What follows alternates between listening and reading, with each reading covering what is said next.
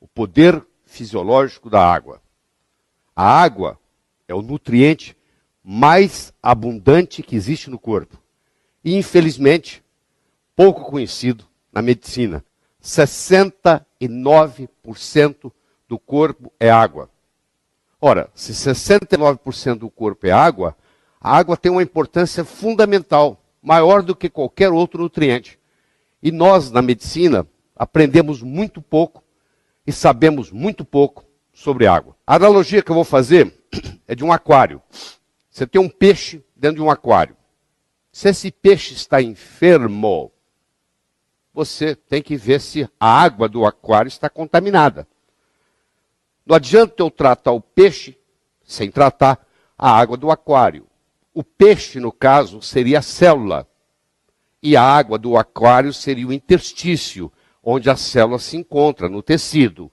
Ora, se eu preciso tratar do peixe, que está doente, que no caso é a célula, eu vou ver primeiro se o peixe pegou a doença pela contaminação da água, do interstício. E o interstício no corpo é feito também de água. 85% do cérebro é constituído de água. 92% do sangue é constituído de água. 87% do fígado é constituído de água. A água é o mais abundante nutriente do corpo.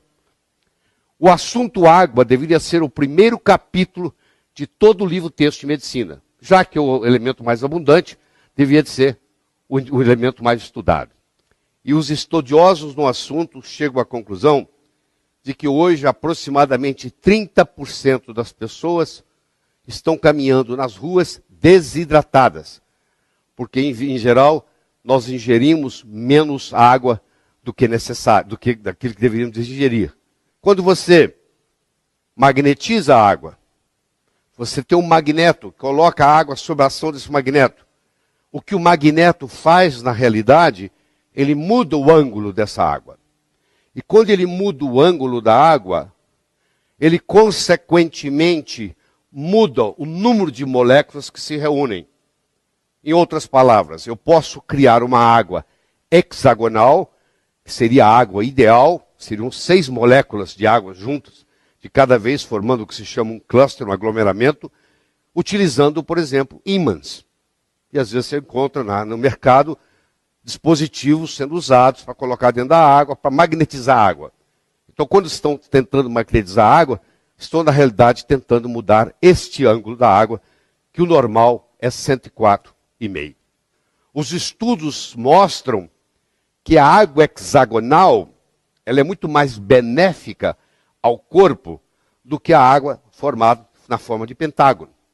Então, nas células cancerígenas, por exemplo, nas proteínas cancerígenas, tem muito pouco água hexagonal em volta daquelas proteínas. Predomina a água com 5 moléculas. E quando você faz um tratamento e melhora, ela vai passando de pentagonal para hexagonal. Ou seja, o ideal seria a água se posicionar de modo a formar 6 moléculas, formando um hexágono, formando um cluster. Como vocês estão vendo aqui, a água dispositivo aqui do oxigênio e do hidrogênio, os ciclos maiores sendo o oxigênio, os ciclos menores sendo o hidrogênio, e você vai vendo aqui que elas se colocam numa posição hexagonal. O Dr. Moo-Sik John, que é um sul-coreano, uma autoridade em água no mundo, ele afirma que a água que circunda as proteínas anormais causadoras de câncer tem uma diminuição significativa do número de estruturas hexagonais. Então, hoje existe um incentivo, existe um estímulo em um paciente, por exemplo, cancerígeno, fazer com que a água dele se reestruture de uma forma hexagonal, e nessa reestruturação, na forma hexagonal, teria uma influência benéfica no tratamento do câncer, prevenindo metástase, etc. Então, existem trabalhos hoje mostrando que você pode fazer terapêuticas no corpo através da mudança da estrutura da água. Todas elas são H2O, mas a estrutura faz uma diferença. Para nós termos vida, temos homeostase, temos equilíbrio, nós precisamos da existência de oxigênio, para os seres aeróbicos, precisamos da existência de água, nós não ficamos sem oxigênio nem 3 minutos. Se faltar o oxigênio por 3 minutos ou mais no cérebro, nós já podemos ter lesões irreversíveis, nós podemos ficar 2 meses sem comer, mas depois de 10 dias sem água, corremos o risco de morrer desidratado. Então nós temos o oxigênio, nós temos a água, nós temos os macronutrientes, que são as proteínas, os carboidratos e as gorduras, e nós temos os micronutrientes, que são as vitaminas e os minerais. Essa composição proporcional adequada faz a vida e mantém a saúde. Ou seja, à medida que nós envelhecemos, nós estamos mais propensos às doenças, em geral. Um indivíduo de 18 anos raramente vai doente para o hospital. Um indivíduo de 78 frequentemente está no hospital doente, com alguma enfermidade. Que enfermidades são essas? É a dislipidemia, é a resistência insulínica, é a doença cardiovascular, é o acidente vascular cerebral, é o câncer, é o diabetes tipo 2, é a pressão alta, é a morte prematura e é o envelhecimento precoce. A pergunta que nós temos que fazer nesse momento é a seguinte: será que a água que ingerimos está contribuindo para o aumento das doenças degenerativas? Será que a água que nós estamos ingerindo, de alguma forma, está deteriorada? Então, a primeira é a pureza, mas tem muitas outras. A nossa saúde pode ser melhorada através da melhoria da qualidade da nossa água e doenças podem ser realmente tratadas com água. Como eu disse, no Japão, isso já está ocorrendo. É 100 vezes mais difícil curar um organismo enfermo que preveni-lo de adquirir a enfermidade. Essa prevenção pode ser facilitada pelo uso correto da água. Se eu tomo muita coisa acídica, ácida, como o caso de refrigerantes, por exemplo, eu crio uma situação metabólica no corpo, onde os destruidores de ossos, que são os osteoclastos, são estimulados. E isso leva à osteoporose. Quem faz uso de refrigerante diariamente, a longo prazo, vai desenvolver osteoporose. A água magnetizada tem uma menor tensão superficial. Quando você põe a água no efeito de um magneto, você muda o ângulo, aquele ângulo que eu mostrei no começo, e, consequentemente, você muda o tamanho do cluster, o tamanho do aglomerado. Então, a água tem que ter pureza, tem que ter um bom pH, tem que ter um redox negativo, tem que ter uma boa condutibilidade e tem que ter uma baixa tensão superficial. Essa seria a água ideal.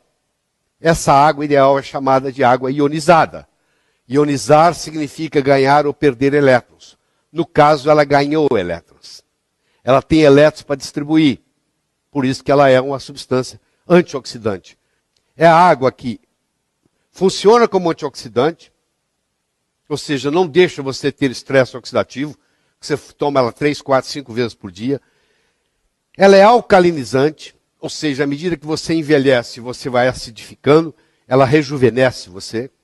Ela tem que ser hidratante, ela tem que ter baixa tensão superficial para ela subir no capilar, e ela tem que ter a negatividade para ela fazer a desintoxicação, já que a maioria dos tóxicos tem carga elétrica positiva.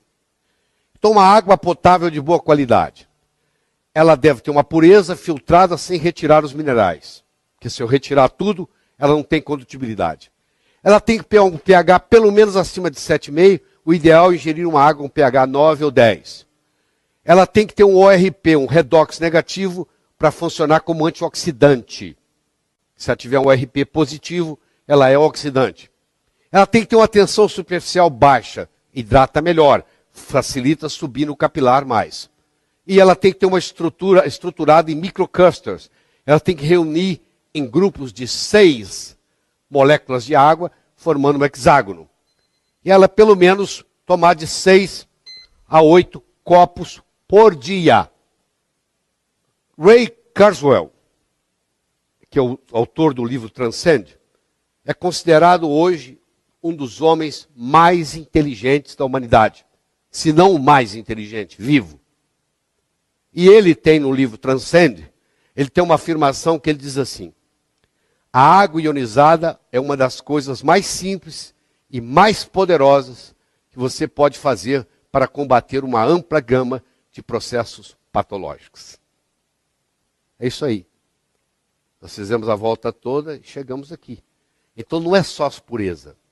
É pureza, é pH, é ORP, é condutibilidade, é tensão superficial. E você vai ver que a água pode ser um agente terapêutico.